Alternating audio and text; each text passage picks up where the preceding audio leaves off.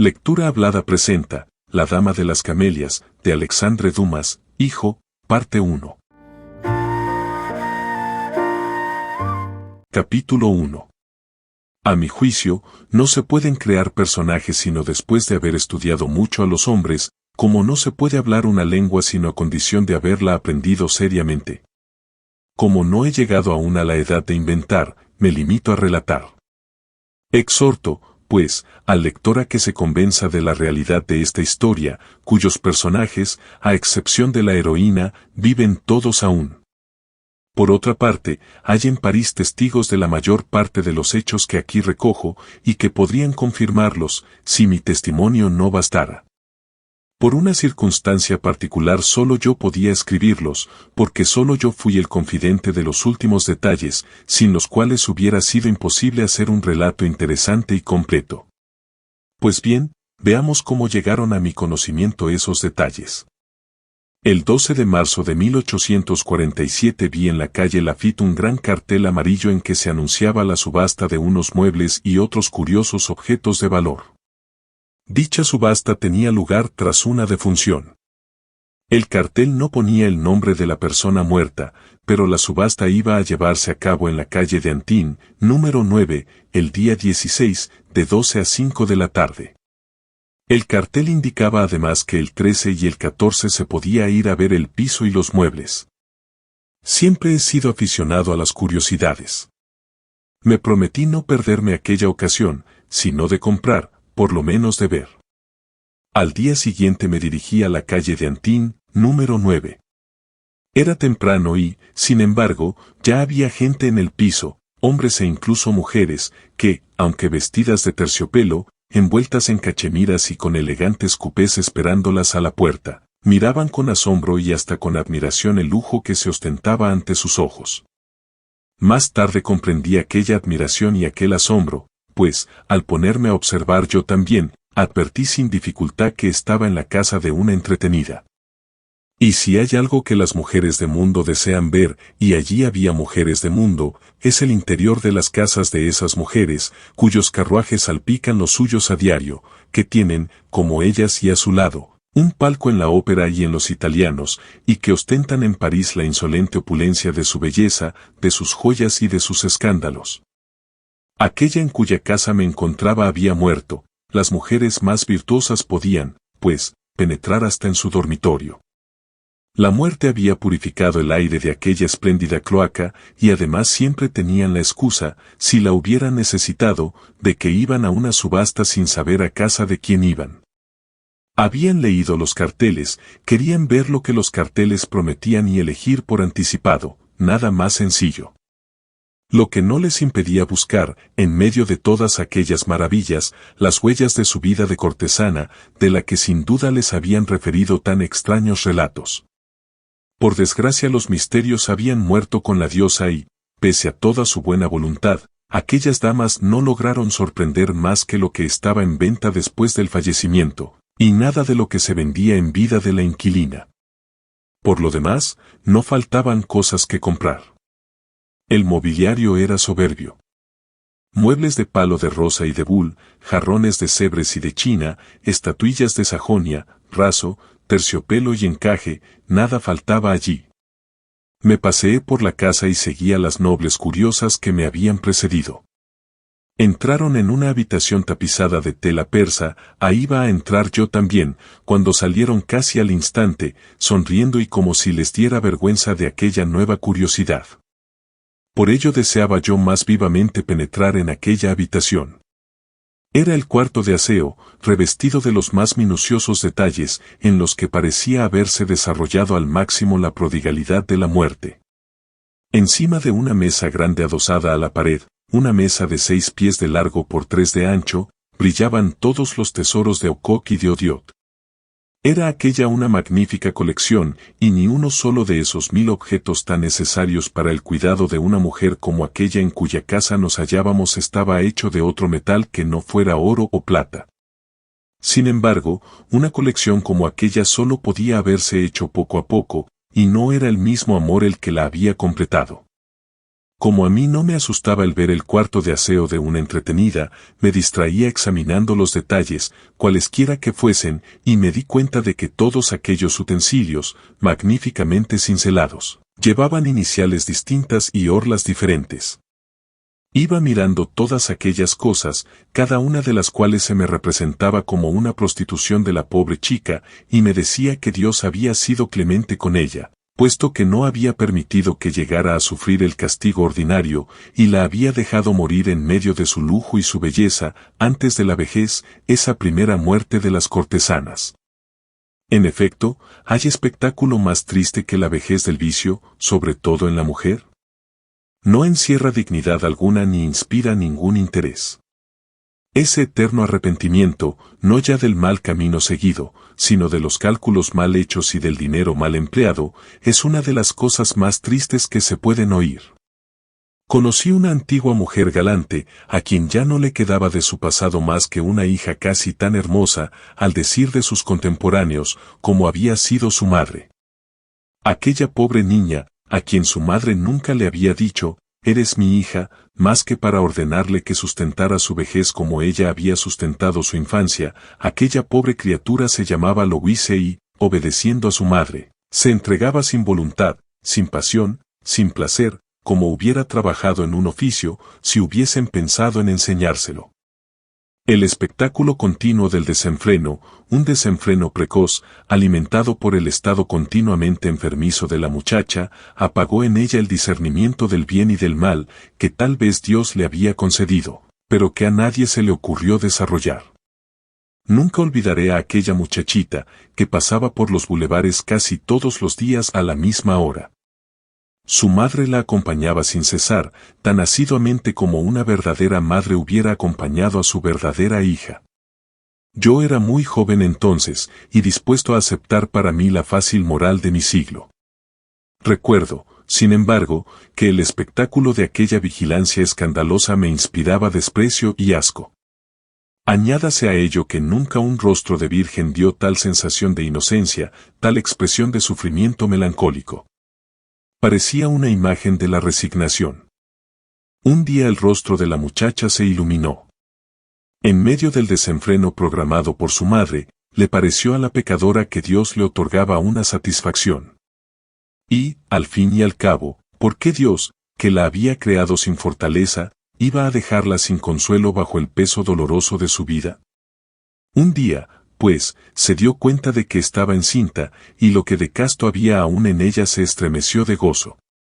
El alma tiene extraños refugios. Louise corrió a anunciar a su madre la noticia que tan feliz la hacía. Da vergüenza decirlo, aunque no estamos hablando aquí de la inmoralidad por gusto, estamos contando un hecho real, que tal vez haríamos mejor callando, si no creyéramos que de cuando en cuando es preciso revelar los martirios de esos seres a quienes se condena sin oír y se desprecia sin juzgar. Da vergüenza, decimos. Pero la madre respondió a la hija que ya no le sobraba nada para dos y que no tendrían bastante para tres, que tales hijos son inútiles y que un embarazo es una pérdida de tiempo. Al día siguiente una comadrona, a quien designaremos solo como la amiga de la madre, fue a ver a Louise, que se quedó unos días en la cama, y volvió a levantarse más débil y más pálida que antes. 3 meses después un hombre se compadeció de ella y emprendió su curación moral y física, pero la última sacudida había sido excesivamente violenta, y Louise murió a consecuencia del aborto. La madre vive todavía, ¿cómo? Sabe Dios. Esta historia me vino a la memoria mientras contemplaba los estuches de plata, y en estas reflexiones debió de pasar al parecer cierto tiempo, pues ya no quedábamos en la casa más que yo y un vigilante, que desde la puerta observaba con atención si no me llevaba nada. Me acerqué a aquel hombre, a quien tan graves recelos inspiraba. ¿Podría decirme, le dije, el nombre de la persona que vivía aquí? La señorita Marguerite Gautier. Conocía a esa joven de nombre y de vista. ¿Cómo? Dije al vigilante. ¿Ha muerto Marguerite Gautier? Sí, señor. ¿Y cuándo ha sido? Creo que hace 3 semanas. ¿Y por qué dejan visitar el piso? Los acreedores han pensado que así subiría la subasta. La gente puede ver de antemano el efecto que hacen los tejidos y los muebles. Eso anima a comprar, ¿comprende? Ah, ¿tenía deudas? Oh, sí, señor. Y no pocas. Pero seguramente la subasta las cubrirá, ¿no? Y sobrará. Entonces, ¿quién se llevará el resto? Su familia. Ah, ¿tiene familia? Eso parece. Muchas gracias. El vigilante, tranquilo ya respecto a mis intenciones, me saludó y salí. Pobre chica. Iba diciéndome mientras volvía a mi casa. No ha debido de morir muy alegremente, pues en su mundo no hay amigos más que cuando uno está bien. Y, sin querer, no podía menos de compadecerme de la suerte de Marguerite Gautier.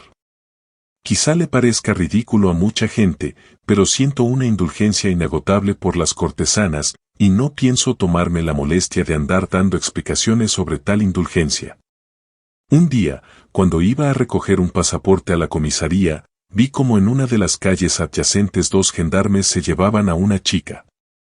Ignoro lo que había hecho, lo único que puedo decir es que lloraba a lágrima viva abrazando a un niño de pocos meses, de quien su detención la separaba. Desde aquel día ya no he podido despreciar a una mujer a simple vista. Capítulo 2. La subasta estaba fijada para el día 16. Habían dejado un día de intervalo entre las visitas y la subasta, para que los tapiceros tuvieran tiempo de retirar cortinajes, visillos, etc. Por aquella época yo regresaba de viaje. Era bastante normal que no me hubieran anunciado la muerte de Marguerite como una de esas grandes noticias que los amigos anuncian siempre al que vuelve a la capital de las noticias. Marguerite era bonita, pero, así como la tan solicitada vida de esas mujeres hace ruido, su muerte no hace tanto. Son de esos soles que se ponen como salen, sin brillo. Su muerte, cuando mueren jóvenes, llega a conocimiento de todos sus amantes al mismo tiempo, pues en París casi todos los amantes de una chica de estas se lo cuentan todo. Intercambian algunos recuerdos respecto a ella, y la vida de los unos y de los otros sigue sin que tal incidente la empañe ni siquiera con una lágrima. Hoy, cuando uno tiene 25 años, las lágrimas se han convertido en una cosa tan rara, que no se pueden regalar a la primera advenediza. No es poco ya que los padres que pagan por ser llorados lo sean en proporción al precio que se han puesto. Por lo que a mí respecta, aunque mis iniciales no se hallaran en ninguno de los objetos de tocador de Marguerite, esa indulgencia instintiva, esa piedad natural que acabo de confesar hace un momento me hacían pensar en su muerte más tiempo de lo que tal vez se merecía. Recordaba haber visto a Marguerite con mucha frecuencia en los Campos Elíseos, donde ella iba con asiduidad, a diario, en un pequeño cupé azul tirado por 2 magníficos caballos bayos, y haber notado en ella una distinción poco común en sus semejantes, distinción que realzaba aún más una belleza realmente excepcional. Cuando salen, estas desgraciadas criaturas siempre van acompañadas, a saber de quién.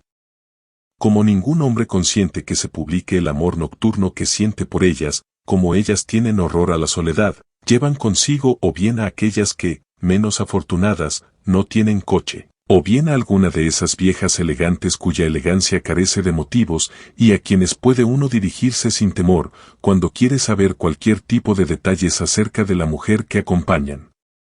No ocurría así con Marguerite. Llegaba a los Campos Elíseos siempre sola en su coche, donde intentaba pasar lo más desapercibida posible, cubierta con un gran chal de cachemira en invierno, y con vestidos muy sencillos en verano, y, aunque en su paseo favorito se encontrara con mucha gente conocida, cuando por casualidad le sonreía, su sonrisa solo era visible para ellos, y una duquesa hubiera podido sonreír así. No se paseaba desde la glorieta a los Campos Elíseos, como lo hacen y lo hacían todas sus compañeras. Sus 2 caballos la llevaban rápidamente al bosque. Allí bajaba del coche, andaba durante 1 hora, volvía a subir a su cupé y regresaba a su casa al trote de sus caballerías. Todas aquellas circunstancias, de las que yo había sido testigo algunas veces, desfilaban ante mí y me dolía la muerte de aquella chica, como duele la destrucción total de una hermosa obra.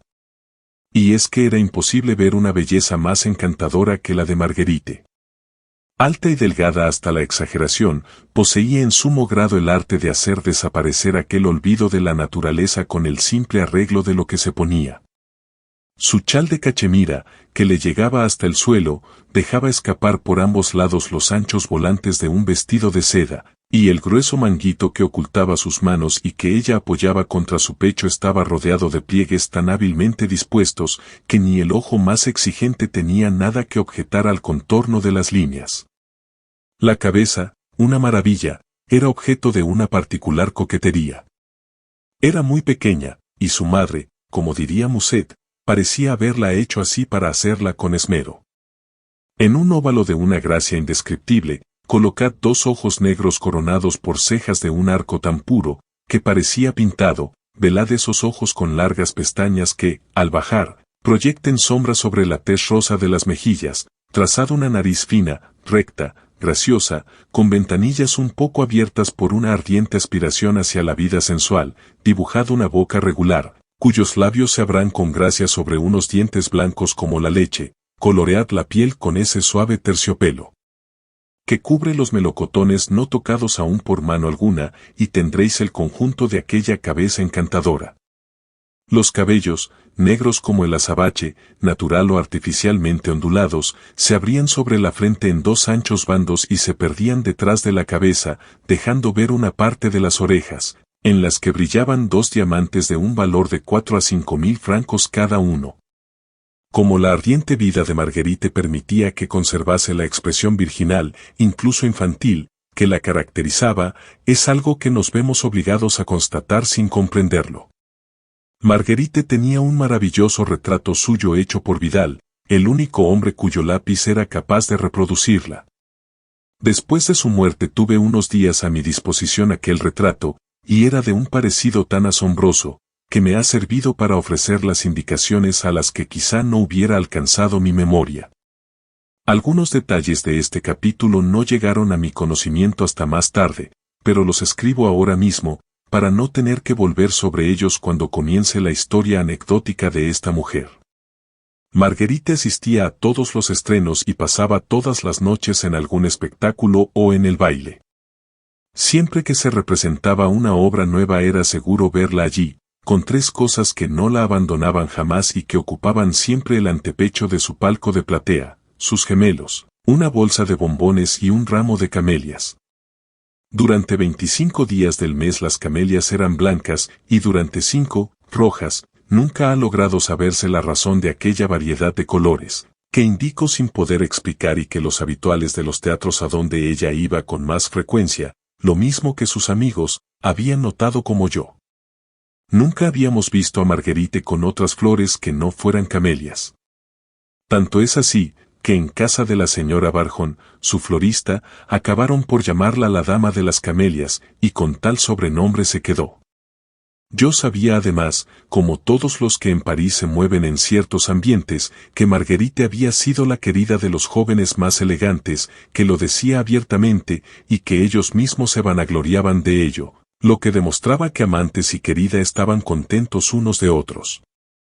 Sin embargo, desde hacía unos 3 años, y a raíz de un viaje a Bagneres, se decía que no vivía más que con un viejo duque extranjero, enormemente rico, y que había intentado apartarla lo más posible de su vida pasada, a lo que por lo demás ella parecía haber accedido de buen grado. A este respecto me contaron lo siguiente. En la primavera de 1842 Marguerite estaba tan débil, tan cambiada, que los médicos le mandaron que fuera a un balneario y salió hacia Bagneres. Allí, entre los enfermos, se encontraba la hija del duque, la cual tenía no solo la misma enfermedad, sino hasta el mismo rostro de Marguerite, hasta tal punto que se las hubiera podido tomar por 2 hermanas. Solo que la joven duquesa estaba en el 3er grado de la tisis y, pocos días después de la llegada de Marguerite, sucumbía. Una mañana el duque, que seguía en Wagneres como sigue uno en el suelo que ha sepultado una parte de su corazón, divisó a Marguerite al dar la vuelta a una alameda. Le pareció ver pasar la sombra de su hija y, dirigiéndose hacia ella, le cogió las manos, la besó llorando y, sin preguntarle quién era, le imploró permiso para verla y amar en ella la imagen viva de su hija muerta. Marguerite, sola en Wagneres con su doncella, y por otra parte sin temor alguno de comprometerse, concedió al duque lo que le pedía. Había en Wagneres gentes que la conocían y fueron oficialmente a advertir al duque de la verdadera condición de la señorita Gautier. Fue un golpe para el viejo, pues ahí acababa el parecido con su hija, pero era ya un poco tarde. La joven se había convertido en una necesidad de su corazón y en el único pretexto, la única excusa para seguir viviendo. No le hizo ningún reproche, tampoco tenía derecho a hacérselo, pero le preguntó si se sentía capaz de cambiar de vida, ofreciéndole a cambio de ese sacrificio todas las compensaciones que pudiera desear. Ella se lo prometió. Hay que decir que por aquella época Marguerite, aunque entusiasta por naturaleza, estaba enferma. El pasado se le aparecía como una de las causas principales de su enfermedad, y una especie de superstición le hizo esperar que Dios le dejaría la belleza y la salud a cambio de su arrepentimiento y conversión. Y en efecto, cuando llegó el final del verano, las aguas, los paseos, el cansancio natural y el sueño casi la habían restablecido. El duque acompañó a Marguerite a París, donde siguió viéndola como en Wagneres. Aquella relación, cuyo auténtico origen y motivo se desconocía, causó aquí gran sensación, pues el duque, conocido ya por su gran fortuna, se daba a conocer ahora por su prodigalidad. Se atribuyó al libertinaje, frecuente entre los viejos ricos, aquel acercamiento del viejo duque a la joven. Hubo toda clase de suposiciones, excepto la verdadera. Sin embargo, los sentimientos que aquel padre experimentaba por Marguerite tenían una causa tan casta, que cualquier otra relación que no fuera de corazón le hubiera parecido un incesto, y jamás le había dicho una palabra que su hija no hubiera podido oír. Lejos de nosotros está el pensamiento de hacer de nuestra heroína otra cosa distinta de lo que era. Así pues, diremos que, mientras estuvo en Wagneres, la promesa que había hecho al duque no era difícil de cumplir y la cumplió, pero, una vez en París, a aquella joven acostumbrada a la vida disipada, a los bailes, incluso a las orgías, le pareció que su soledad, turbada únicamente por las periódicas visitas del duque, la haría morir de aburrimiento, y el soplo ardiente de su vida anterior pasaba a la vez por su cabeza y por su corazón.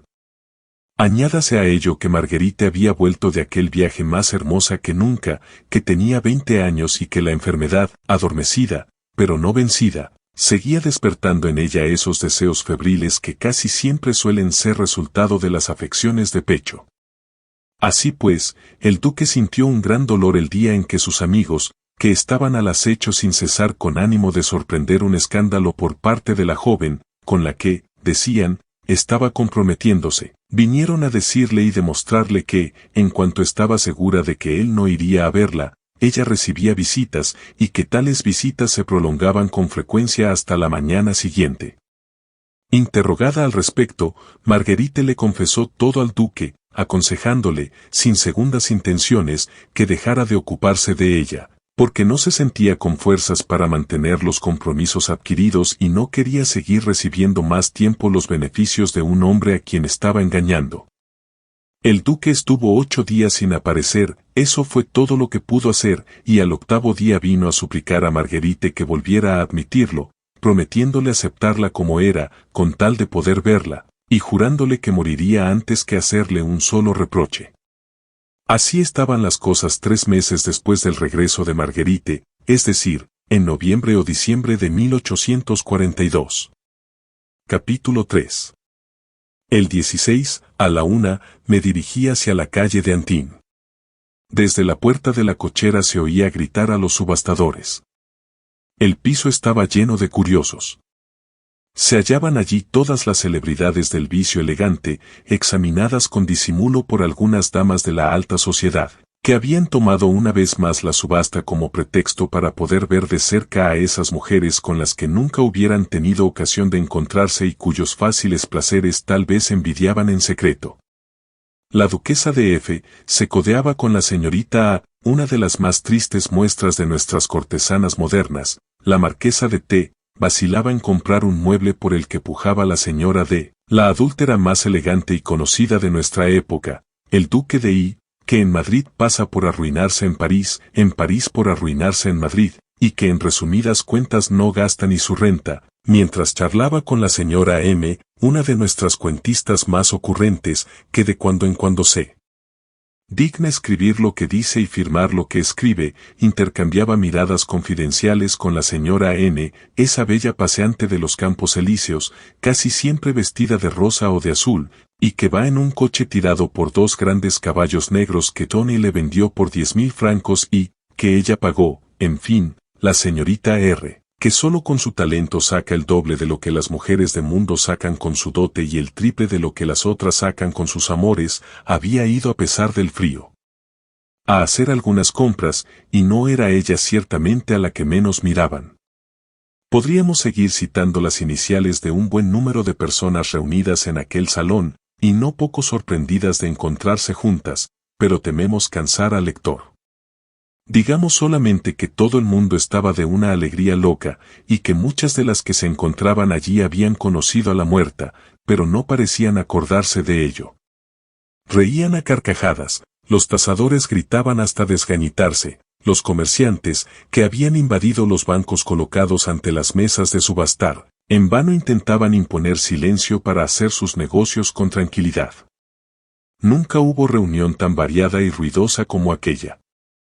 Me deslicé humildemente en medio de aquel tumulto, que me resultaba entristecedor al pensar que tenía lugar al lado de la habitación donde había expirado la pobre criatura cuyos muebles se subastaban para pagar las deudas. Yo, que había ido para observar más que para comprar, miraba la cara de los proveedores que organizaban la subasta, y veía cómo sus facciones se ponían radiantes cada vez que un objeto alcanzaba un precio que no habían esperado. Gente honrada, que había especulado con la prostitución de aquella mujer, que había ganado un 100% con ella, que había perseguido con papeles timbrados los últimos momentos de su vida, y que tras su muerte venía a recoger los frutos de sus honorables cálculos a la vez que los intereses de su vergonzoso crédito. Cuánta razón llevaban los antiguos, que tenían un solo y mismo Dios para los mercaderes y para los ladrones. Vestidos, cachemiras, joyas se vendían con una rapidez increíble. Nada de todo aquello me convenía, y seguí esperando. De pronto oí gritar. Un volumen, perfectamente encuadernado, con cantos dorados, titulado Manon Lescaut. Hay algo escrito en la primera página. 10 francos. Dolce, dijo una voz tras un silencio bastante largo. 15, dije yo. ¿Por qué? No podría decirlo. Sin duda por aquel algo escrito. 15, repitió el tasador. 30, dijo el primer postor en un torso que parecía desafiar a que se siguiera pujando. Aquello se estaba convirtiendo en una lucha. 35. Grité entonces en el mismo tono. 40. 50. 60. 100. Confieso que, si hubiera querido causar sensación, lo había conseguido plenamente, pues tras aquella puja se hizo un gran silencio, y me miraron para saber quién era el hombre que parecía tan resuelto a poseer aquel volumen. Parece que el acento con que pronuncié mi última palabra convenció a mi antagonista, así que prefirió abandonar una lucha que no hubiera servido más que para hacerme pagar 10 veces el precio del volumen e, inclinándose, me dijo con mucha amabilidad, aunque un poco tarde. Me rindo, caballero. Como nadie dijo nada, el libro me fue adjudicado. Temiendo una nueva cabezonería, que mi amor propio tal vez habría apoyado, pero que mi bolsillo habría llevado ciertamente muy a mal, di mi nombre, mandé apartar el volumen y bajé. Debí de dar mucho que pensar a aquella gente, que, testigo de la escena, sin duda se preguntaría con qué objeto había ido a pagar 100 francos por un libro que podía conseguir en cualquier sitio por 10 o 15 francos como mucho. Una hora después ya había mandado a buscar mi compra. En la primera página, a pluma y con una letra elegante, estaba escrita la dedicatoria del donante del libro. Dicha dedicatoria ponía solo estas palabras. Manon a Marguerite. Humildad. Estaba firmada, Armand Duval. ¿Qué quería decir la palabra humildad? Según la opinión del tal Armand Duval, ¿qué superioridad reconocía Manon en Marguerite, la del desenfreno o la del corazón? La segunda interpretación era la más verosímil, pues la primera no hubiera sido más que una franqueza impertinente que no habría aceptado Marguerite, pese a la opinión que tuviera de sí misma. Salí otra vez y no volví a ocuparme del libro hasta por la noche, a la hora de acostarme. Manon Lescaut es realmente una historia conmovedora que me conozco al detalle, y sin embargo, cuando cae en mis manos ese volumen, mi simpatía por él me sigue atrayendo. Lo abro y por centésima vez revivo con la heroína del abate Prévost. Y es que es una heroína tan real, que me parece haberla conocido. En aquellas nuevas circunstancias la especie de comparación que se daba entre ella y Marguerite hacía que la lectura tuviera para mí un aliciente inesperado, y a mi indulgencia se añadía la piedad, casi el amor por la pobre chica a cuya herencia debía yo el volumen. Manon había muerto en un desierto, es verdad, pero también en los brazos del hombre que la amaba con todas las energías de su alma y que, una vez muerta, le cavó una fosa, la regó con sus lágrimas y en ella sepultó su corazón, mientras que Marguerite, pecadora como Manon y quizá convertida como ella, había muerto en el seno de un lujo suntuoso, a juzgar por lo que yo había visto, en el lecho de su pasado, pero también en medio de ese desierto del corazón, mucho más árido, mucho más vasto, mucho más despiadado que aquel en el que había sido enterrada Manon.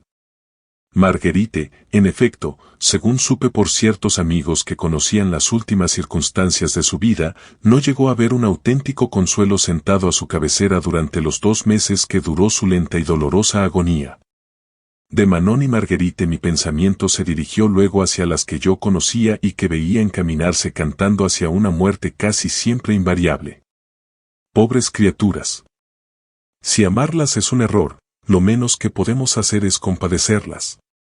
Compadecemos al ciego que nunca ha visto la luz del día, al sordo que nunca ha oído los acordes de la naturaleza, al mudo que nunca ha podido expresar la voz de su alma, y, so pretexto de un falso pudor, no queremos compadecer esa ceguera del corazón, esa sordera del alma, esa mudez de la conciencia, que enloquecen a la desgraciada afligida y sin querer la hacen incapaz de ver el bien, de oír al Señor y de hablar la lengua pura del amor y de la fe. Hugo ha escrito Marion Delorme, Musset ha escrito Bernerette, Alexandre Dumas ha escrito Fernanda, los pensadores y poetas de todos los tiempos han presentado a la cortesana la ofrenda de su misericordia, y alguna vez un gran hombre las ha rehabilitado con su amor e incluso con su nombre. Si insisto tanto en este punto, es porque quizá muchos de los que van a leerme ya están dispuestos a rechazar este libro, por temor a no ver en él más que una apología del vicio y de la prostitución, y sin duda la edad del autor no contribuye mucho a disipar ese temor. Que los que piensen así se desengañen, y sigan leyendo, si ningún otro temor los detenía. Estoy sencillamente convencido de un principio, y es este: para la mujer que por su educación no ha aprendido el bien, Dios abre casi siempre 2 senderos que la hacen volver a él, esos senderos son el dolor y el amor.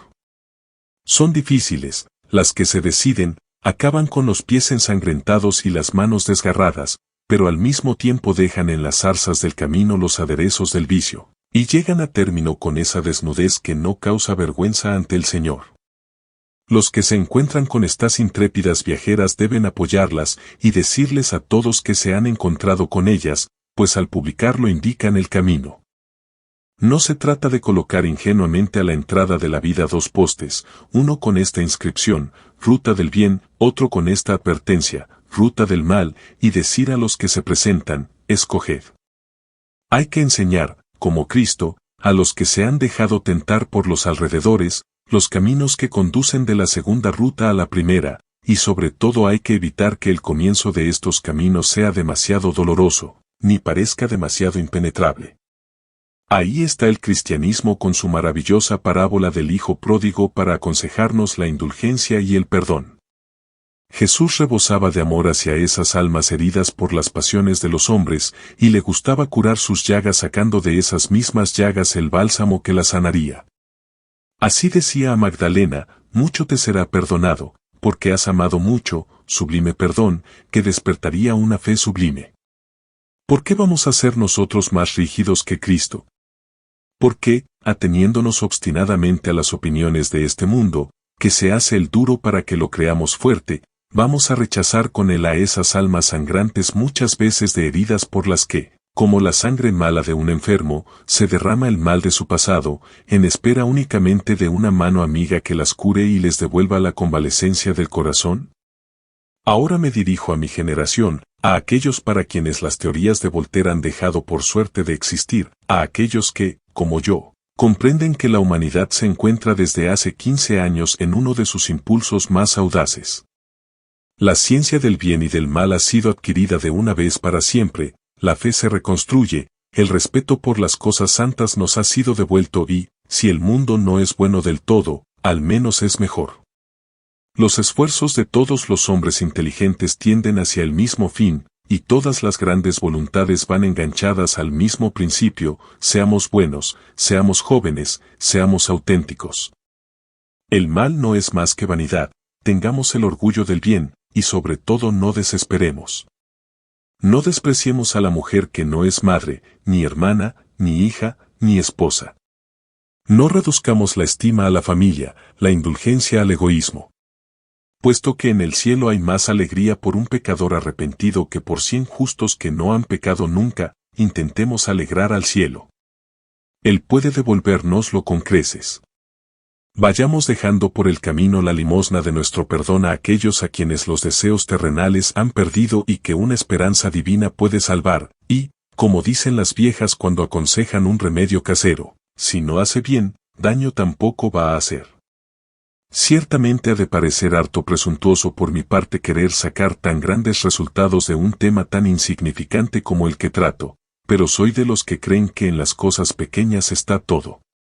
El niño es pequeño, y contiene al hombre; el cerebro es estrecho, y alberga al pensamiento; el ojo es solo un punto, y abarca leguas. Capítulo 4. 2 días después la subasta estaba completamente terminada. Produjo 150.000 francos. Los acreedores se repartieron las 2/3 partes, y la familia, compuesta por una hermana y un sobrino, heredó el resto. La hermana abrió unos ojos como platos cuando el agente de negocios le escribió diciéndole que heredaba 50.000 francos. Aquella joven llevaba 6 o 7 años sin ver a su hermana, que había desaparecido un día sin que llegara a saberse, ni por ella ni por otros, el menor detalle sobre su vida desde el momento de su desaparición. Así que llegó a toda prisa a París, y no fue pequeño el asombro de los que conocían a Marguerite cuando vieron que su única heredera era una gorda y hermosa campesina que hasta entonces no había salido de su pueblo. De pronto se encontró con una fortuna hecha, sin saber siquiera de qué fuente le venía aquella fortuna inesperada.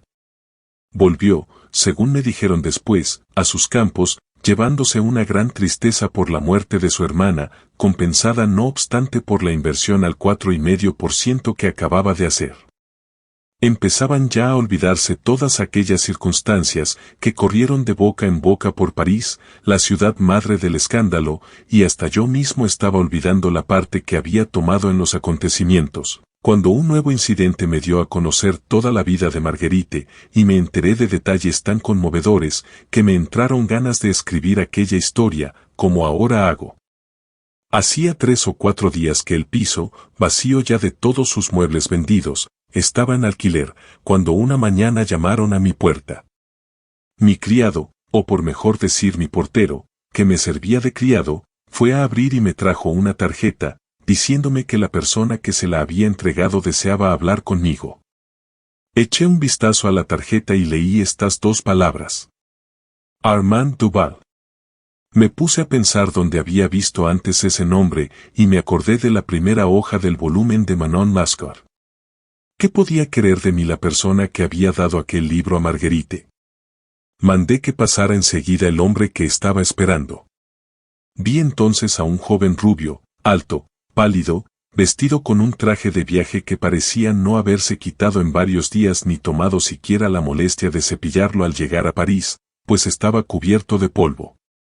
El señor Duval, profundamente emocionado, no hizo ningún esfuerzo por ocultar su emoción, y con lágrimas en los ojos y la voz temblorosa me dijo: «Le ruego me disculpe por esta visita y esta ropa, pero, aparte de que entre jóvenes no nos preocupamos tanto de estas cosas, tenía tantos deseos de verlo a usted hoy mismo, que ni siquiera he perdido el tiempo bajándome en el hotel, donde he enviado mi equipaje, y he venido corriendo a su casa, por miedo de no encontrarlo a pesar de lo pronto que es».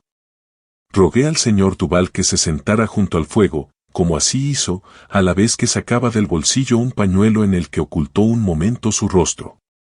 «Debe de estar usted preguntándose», prosiguió, suspirando tristemente, «¿qué quiere este visitante desconocido, a estas horas, con esta pinta, y llorando de tal modo? Sencillamente, vengo a pedirle un gran favor». Usted dirá: «Estoy a su entera disposición». ¿Asistió usted a la subasta de Marguerite Gautier? Ante aquella palabra, la emoción que había conseguido dominar un instante fue más fuerte que él, y se vio obligado a llevarse las manos a los ojos. «Debo de parecerle muy ridículo», añadió.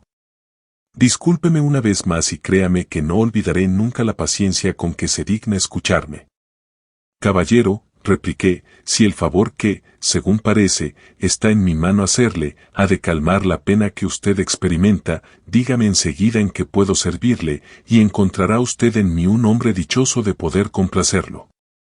El dolor del señor Duval inspiraba simpatía, y sin querer estaba deseando serle grato.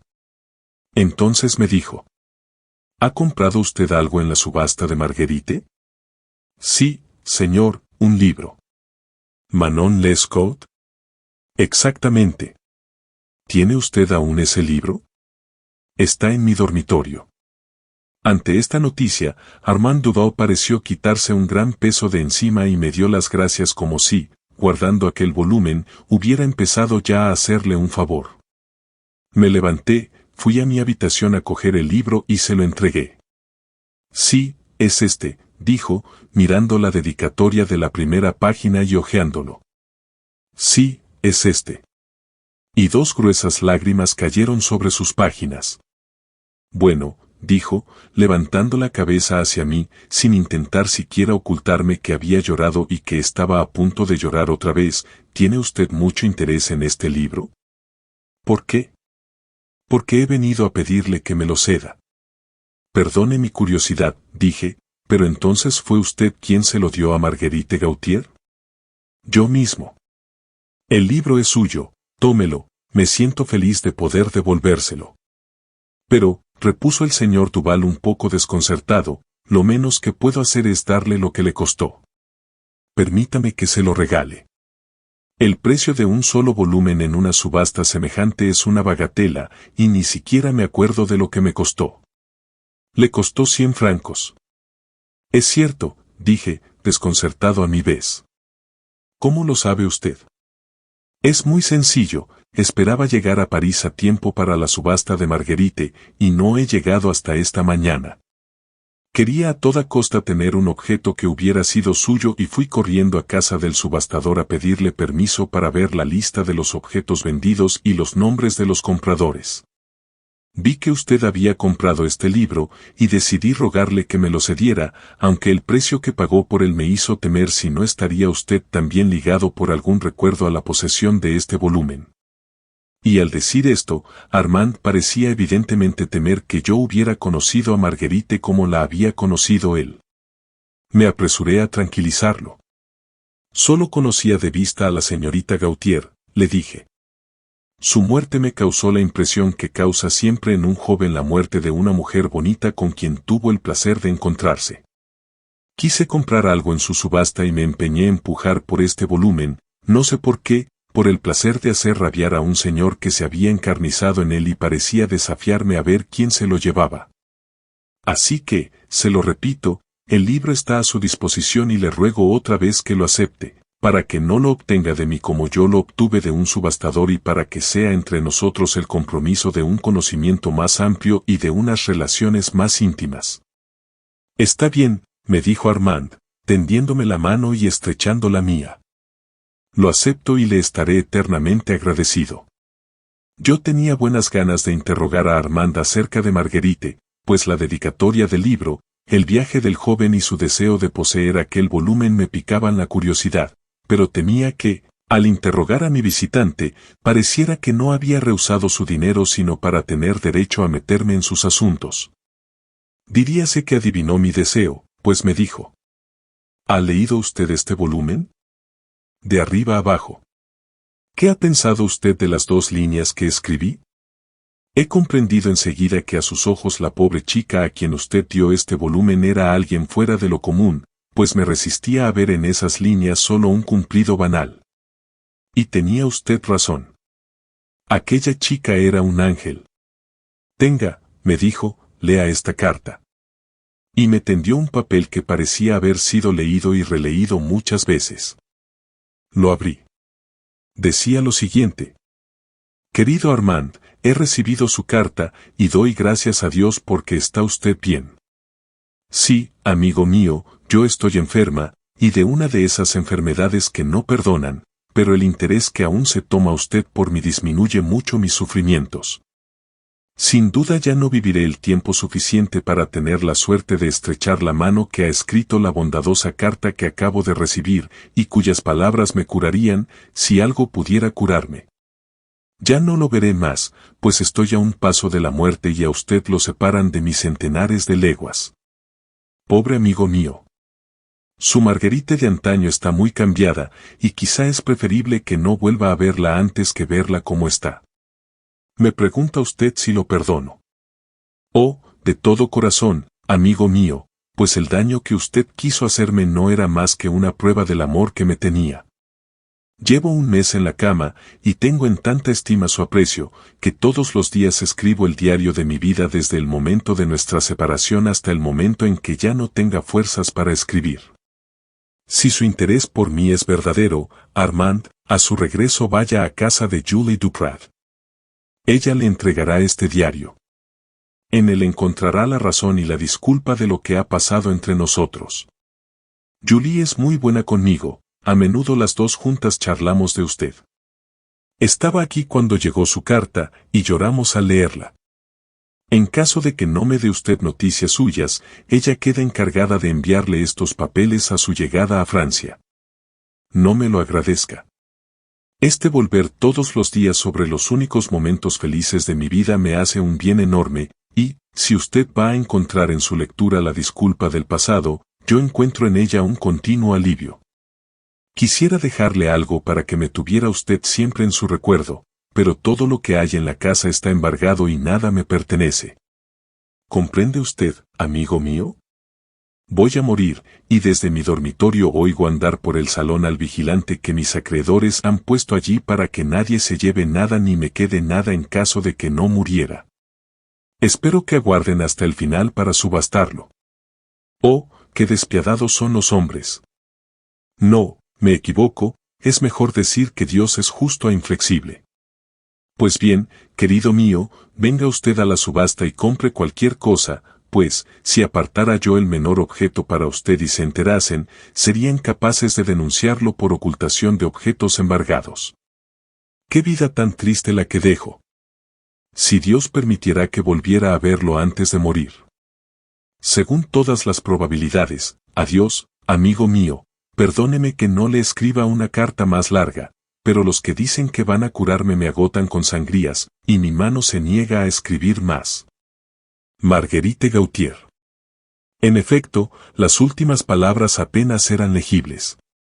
Devolví la carta a Armand, que sin duda acababa de releerla en su pensamiento como yo la había leído en el papel, pues, al recogerla, me dijo: ¿Quién podría pensar jamás que era una entretenida la que escribió esto? Y, muy emocionado por sus recuerdos, contempló un rato la escritura de aquella carta que acabó por llevarse a los labios. Cuando pienso, prosiguió, que ha muerto sin que haya podido verla, y que ya no volveré a verla nunca, cuando pienso que ha hecho por mí lo que no hubiera hecho una hermana, no me perdono haberla dejado morir así. Muerta. Muerta. Pensando en mí, escribiendo y pronunciando mi nombre. Pobre Marguerite querida. Armand, dando rienda suelta a sus pensamientos y a sus lágrimas, me tendía la mano y continuaba. Quien me viera lamentarme así por una muerta semejante me tomaría por un niño, pero es que nadie sabe cuánto he hecho sufrir a esa mujer, lo cruel que he sido, lo buena y resignada que ha sido ella. Creía que era yo quien tenía que perdonarla, y hoy me veo indigno del perdón que ella me otorga. Oh, daría 10 años de mi vida por poder llorar una hora a sus pies. Siempre es difícil consolar un dolor que no se conoce, y sin embargo, sentía tan viva simpatía por aquel joven, me confiaba con tal franqueza su pena, que creí que mis palabras no le resultarían indiferentes y le dije. ¿No tiene usted parientes o amigos? Tenga confianza, vaya a verlos, y ellos lo consolarán, pues yo no puedo hacer más que compadecerlo. Es natural, dijo, levantándose y paseándose a grandes pasos por mi habitación, estoy aburriéndolo. Perdóneme, no me daba cuenta de que mi dolor le importa poco y de que estoy importunándolo con una cosa que ni puede ni debe interesarle nada. No ha interpretado usted bien mis palabras. Estoy totalmente a su disposición, solo que siento mi incapacidad para calmar su pena. Si mi compañía y la de mis amigos pueden distraerlo, en fin, si me necesita usted para lo que sea, quiero que sepa que tendré un gran placer en poder serle grato. Perdón, me dijo, el dolor exacerba las emociones. Deje que me quede unos minutos más, el tiempo justo de secarme los ojos, para que los mirones de la calle no se queden mirando como una curiosidad a este mocetón que llora. Acaba usted de hacerme muy feliz dándome este libro, nunca sabré cómo agradecerle lo que le debo. Concediéndome un poco de su amistad, dije a Armand, y diciéndome la causa de su pena. Contando los sufrimientos, se consuela uno. Tiene usted razón, pero hoy siento tal necesidad de llorar, que no le diría más que palabras sin sentido. Otro día le haré partícipe de esta historia y ya verá usted si tengo razón para echar de menos a la pobre chica. Y ahora, añadió, frotándose los ojos por última vez y mirándose en el espejo, dígame que no le parezco excesivamente necio y permítame que vuelva a verlo otra vez. La mirada del joven era bondadosa y dulce, estuve a punto de abrazarlo. En cuanto a él, sus ojos comenzaban de nuevo a velarse de lágrimas, vio que yo me daba cuenta y desvió la mirada. Vamos, le dije. Ánimo. Adiós, me dijo entonces.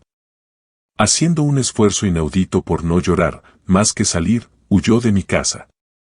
Levanté el visillo de mi ventana y lo vi subir al cabriolé que lo esperaba a la puerta, pero, en cuanto estuvo dentro, se deshizo en lágrimas y ocultó su rostro en el pañuelo.